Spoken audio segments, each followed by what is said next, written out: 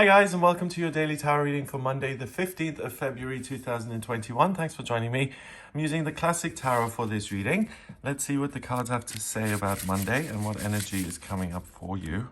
Let's have a look. We've got the Hierophant, the Fool again. Wow, we had the Fool yesterday, and then the Lovers. Okay, great. So the Hierophant represents the institutions in life that kind of govern the way you feel and believe. What I get today is that you really have a sense that people are on your side. You have a sense of openness. You can see the whole kind of background there with the waterfalls. It doesn't feel closed in. It feels like you have options. We've got these two pillars creating a doorway. Then we have the holy man standing in the middle, kind of guarding the door. So these two supplicants, their thinking is if we go to the holy man and he blesses us, then we have access to the spiritual world, and then everything else is going to make sense and we'll go to heaven. So let's get on our knees and pray. Now, that is the meaning of the card, in the sense that the Hierophant represents a system of belief that you kind of have to conform to if you want to get the benefits of that system of belief. So you've got to follow all the rules if you want to go to heaven, basically. But in this deck, I'm really getting that it's not so much about following the rules. It's about seeing the true beauty in who you are and that you already are connected. And rather than being some sort of opponent who blocks your path, I really see the Hierophant in this deck anyway as someone who opens your eyes to spirituality, and it mentors you and guides you along the way and helps you to realize that there are lots of different ways of believing, and that it all gets you to the same place, which is a sense of contentment and love. And that's the end of that's really the only thing that spirituality is about. And this Hierophant does not buy into separating people with different religions or paths or rules. He just says, this is one option, this is another option, this is another option. What works best for you? And he shows them how they can step to the front and look out and really see that they are loved and that they are beautiful and that their lives have meaning. So I really get a great sense of wholeness and completion that resides within you. And it's like all the authority figures of the universe. It's like the Ascended Masters come down today and mentor you. They don't represent like St. Paul at the pearly gate saying, have you been a good boy or a bad girl? And if you've been a good, then you get in. If not, then you're going downstairs. This is much more about you are good at daydreaming, you're good at sports. Okay, let's figure out how we can bring a sense of something that loves you into your life, which speaks to your strengths. So here, maybe you should try meditation, maybe you try yoga, maybe, it's whatever is going to give you this sense that you have options in life, you're supported, you're loved, and there are beautiful things ahead of you. And that is really strong and certain inside of you today. And that, like the day before, prompts you into action. The Fool is the card in the Major Arcana that's 0. So it's a never-ending circle. And the Fool is about trying again, getting up, dusting yourself off and saying, I'm going to do something else. I'm going to try again. Life is still ahead of me. I'm here for a reason. So I'm going to do what I want, basically. And he doesn't always get it right. He's called the Fool for a reason because he's walking off a cliff there. So when it comes to fleshing out the details, he's not so great. And that's what you have to watch out for today. What's not lacking is a sense of energy and drive to move forward with your life and to be ambitious and to get ahead. That's super strong. You get a 10 out of 10 for that.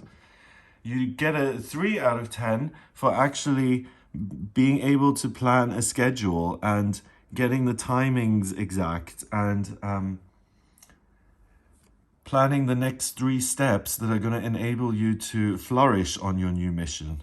So that's what you need to look out for. If you are writing or scheduling or making plans, double check those plans and make sure that they're correct and accurate. The Fool is drawn as a young person because we associate youth with this willingness to go out into the world and to explore and to fail and to succeed and to have all these experiences. But I was thinking about this last night, actually. It's like if you read biographies on people, usually they box themselves into a corner as they get, as life progresses and they succeed in one area. After a while, their stars kind of starts to fade a little bit, and then the work dries up, and the ideas become old hat, and often people become kind of caricatures of themselves. And the thing that's missing in all of those biographies is the next chapter. The sense of, okay, well, let's say Marilyn Monroe then dismissed her career as a film star. She was sick of that, and she moved to Switzerland and started to work for the UN. That extra chapter doesn't happen because often we lose this sense of anything is possible and we can start all over again whenever we want as we get older, because we build certain things that we want to maintain, and we don't want to throw the baby out with the bathwater because some things are good. But the Fool is a card in the major arcana. It is a fundamental universal theme that crops up every now and again. And on Monday the 15th, the Fool does crop up, and it says, your life is not over. You have all the supports in the world. You can really reinvent yourself. You can start new. You can start fresh. You can start all over again. Don't be afraid of falling on your face. You have the energy to get up and to do this new thing. Just be true to your own nature. Listen to what feels right and go for it. Be encouraged. Embrace that. Finally, the Lovers is a card that I think everybody wants to get to, whether it's being in love with a soulmate, a twin flame, someone who you can depend on, someone who you can share your life with, someone you can start a family with, or whether it's finding something in your life that you absolutely adore, like you love animals, so you start an animal shelter where you look after abandoned dogs, and that's the passion of your life. Basically, we're all looking for a passion in our life because the building blocks of the universe are love. So when we experience love, that's the one opportunity we give ourselves to heal. And in both cards, we've got a doorway, and we're very close to God today, whatever that means to you. God may be love, or it may be Big Papa in the sky, or it may be a giant shaman, or an energy, or an ascended master, an angel, or whatever. You have that sense of love is possible. You are divine. You have the right to a wonderful, loving experience on planet Earth. And the Lovers card, we've got these two people. So really the kind of love that most people can understand between a man and a woman. That's really the thing that's supported most on planet Earth. Heterosexual relationships. And we've got the apple with the snake, the tree with the apples and the snake. And then we've got this other tree. Is it the tree of knowledge and the tree of wisdom? Don't quote, I'm not a big Bible scholar, but as far as I know, they ate from one apple. I keep saying apple. They ate one apple from the one tree, which gave them some knowledge. But then there's another tree that they didn't partake. They only got to the first one. They got kicked out before they got to the second. And that's kind of part of the whole Adam and Eve story. I don't really... Why is that relevant here? So we've got the snake, which is seen as the ego, whispering negative things. The apple, which is the forbidden fruit that you should never touch, which in itself says, of course you're going to eat the apple because it's forbidden fruit. What else are you going to do with it? So we've got this whole human folly, the whole problem with duality, being spiritual beings in physical bodies, etc., etc. That whole process leads to a life that is lived out with those kind of boundaries in place, and the whole dynamic plays itself out. They can skip off through the gates and just live their lives. Or you can look at it as this angel coming in and saying, regardless of all these things that you feel are destined to experience, that you have to experience because you're a human being and they're part of your human nature, I can transform all of that and just bring you real love and a sense of real connection.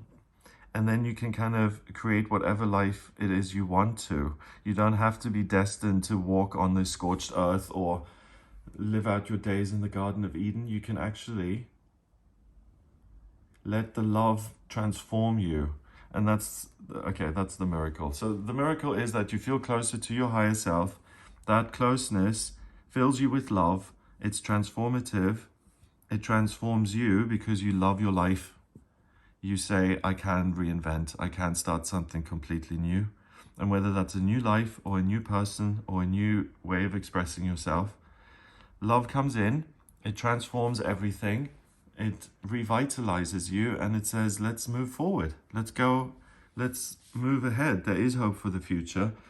The best is yet to come. Life will get better. And it's just up to me to keep going.